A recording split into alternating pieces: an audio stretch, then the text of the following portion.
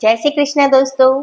मैं रेखा अपने YouTube channel भक्ति ज्ञान सागर में आप सभी का फिर से एक बार हार्दिक स्वागत करती हूँ। और आज हम सुनेंगे धर्म राजा की कहानी।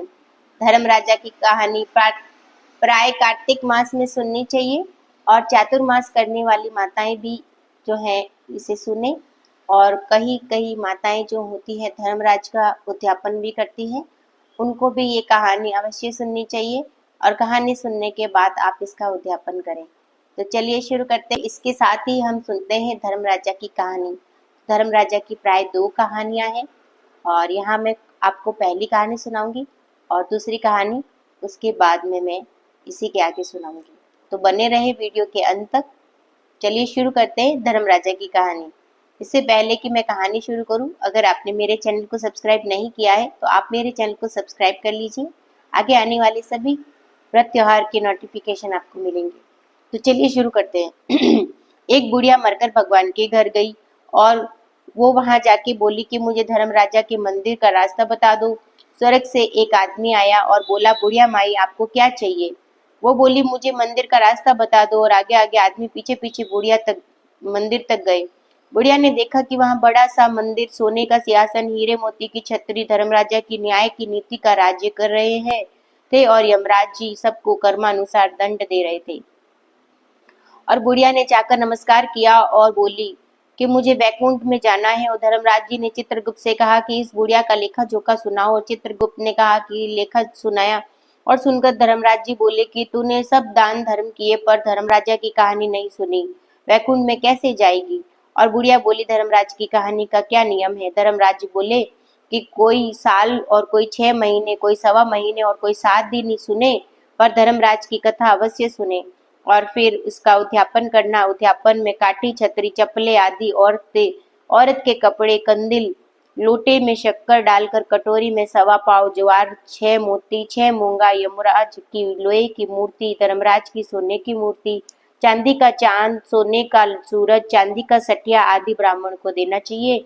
और रोज चावल का सठिया मांड कर कहानी कहना। और सब बात सुनकर बुढ़िया बोली, भगवान मुझे तो 7 दिन वापस मृत्युलोक में भेज दो। और यमराज जी ने उसके दान पुण्य का जोर देखा, वह 7 दिन उसे मृत्युलोक में वापस भेजा। बुढ़िया वापस जीवित हो उठी और दूसरे दिन बुढ़िया दिन उगे उठी और ब्राह्मण ने लड़के को बुलाया। 7 दिन चावल का सठिया बनाकर कहानी सुनी, सारा दान धर्म किया। 7 दिन पूरे हुए, बुढ़िया का वापस भगवान का बुलावा आया और यमराज के व्रत के प्रभाव से उसे वैकुंठ का वास मिला। तो ये थी दोस्तों धर्मराजा की कहानी। और ये कहानी हमें कार्तिक मास में नित्य प्रतिदिन सुननी चाहिए और नित्य प्रतिदिन नहीं तो आप 7 दिन तो तक आ सके। तो चलिए शुरू करते हैं धर्मराजा की कहानी। 2 सेठानियां थी और एक के घर में धन बहुत था पर वह मन से कंजूस थी। और दूसरी के पास धन थोड़ा कम था पर वह मन से बहुत अमीर थी।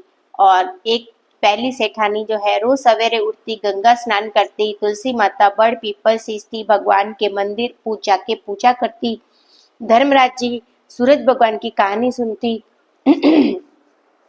राम कथा सुनती, भगवान के भोग लगाकर अतिथि को जिमाती, गाय कुत्ते का ग्रास निकालती। और दूसरी सेठानी उसे धर्मात्मा देखकर जो है रोज हंसती और कहती कि पता नहीं दिन भर में ये क्या करती रहती है। और इसी प्रकार थोड़े समय बाद दोनों सेठानियों की मृत्यु हो जाती है। भगवान का बुलावा आता है और धर्मात्मा सेठानी के तो यमराज के विमान भेजा जाता है और दूसरी तो दूत मारते मारते लेकर जाते हैं। और रास्ते में वह कहती है कि मुझे भूख लगी। तब दूत कहते हैं कि तूने किसी को जिमाया है, दान धर्म किया है, अन्न का दान किया है? अगर किया है तो तुझे मिलेगा। और थोड़ी आगे जाकर वह कहती कि मुझे पानी तो पिला दो। और दूत कहते कि क्या तूने कभी किसी को पानी पिलाया है? कभी किसी जल का दान किया है? और किया है तो पी लो। और इसी प्रकार वह आगे जाती और कहती कि मेरे पैर जो है जल रहे हैं और कम से कम मुझे जो जूते तो पहना दो। और वह कहते हैं कि तूने कभी चप्पलों का दान किया है, वस्त्रों का दान किया है? अगर किया हो तो ले लो। और इसी प्रकार वह घसीटते घसीटते उसे यम के दरबार में लेकर जाते हैं।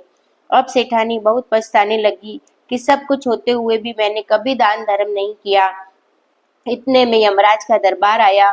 धर्मात्मा बुढ़िया तो भगवान के पास सिंहासन पर जो स्थान मिला और उस पर बैठी, और उधर दूसरी सेठानी तब से कुंड में डाला गया। और अब सेठानी यमराज से कहने लगी कि मुझे तो सवा पौर के लिए फिर से जो है धरती पर भेजिए और मैं वापस आकर अपना दंड भोग लूंगी। और सेठानी के शरीर में वापस प्राण डाल दिए जाते हैं और संसार में आते ही वह पंडितों को बुलाकर सेठानी ने धर्मराज की कथा सुनी, सब तरह से दान धर्म किया और पुजमन किया और समय पूरा हो गया। अब के बाद विमान आया और सवा पहर के दान धर्म से सेठानी को स्वर्ग मिला और धर्मराजा जी की ने सेठानी पर कृपा करी। और सवा पौर के दान धर्म से यदि इतना फल होता है तो हमें हमारे जीवन में दान धर्म यथाशक्ति अवश्य ही करना चाहिए। गाय कुत्तों के लिए ग्रास निकालना चाहिए। स्वयं भोजन करने से पहले आप एक रोटी गाय कुत्ते के लिए अवश्य निकालें। और दान धर्म से ही जो है इंसान की उन्नति और प्रगति होती है। तो दान धर्म अवश्य करें, यथाशक्ति दान धर्म करें। और इसी प्रकार सेठानी पर कृपा करी वैसे सब पर करना। और हे धर्मराज जी महाराज, खोटी की खरी अधूरी की पूरी जानना। तो बोलो धर्मराजा की जय। ये थी दोस्तों धर्मराजा की कथा। और अगर आप लोगों को अच्छी लगी हो तो आप इसे लाइक और शेयर जरूर करें।